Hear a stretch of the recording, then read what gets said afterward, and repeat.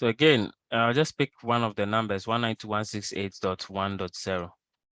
This is a typical class C. So it's 255 for subnet mask, 255.255.0, which means that we're keeping this as the network part. So every IP address is made up of two parts. The network part, this is something you should never forget, and the host part. So the network part is like your surname. Some places they will say family name.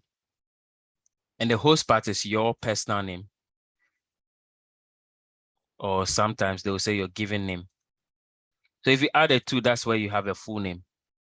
The only variation is that comparing this to a normal name, you have the given name first and then the surname second. But in IP addresses, we have the family name or the surname, which is the network part first, and then the rest will be the host name.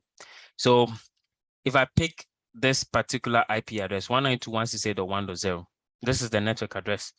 So it means that someone 192.168.1.1, 192.168.1.2. These are all numbers we can give to computers, but this is the network address. But it means that we can keep going to 192.168.1.255. But the problem is that the first number, 192.168.1.0, is the network address. It is like the family name.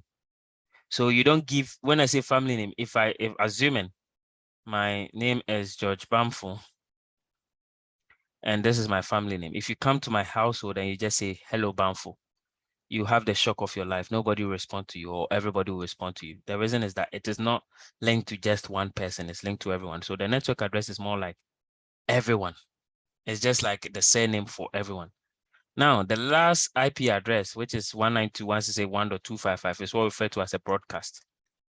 It's similar to the network address, but the network address is like the surname, but the broadcast is just like saying when you shout in the house and say, hello, Bamfo, everybody will start screaming. Why? What's wrong? Why are you calling us? Or why are you calling me? Because the broadcast address represents everybody within a network. Within a network.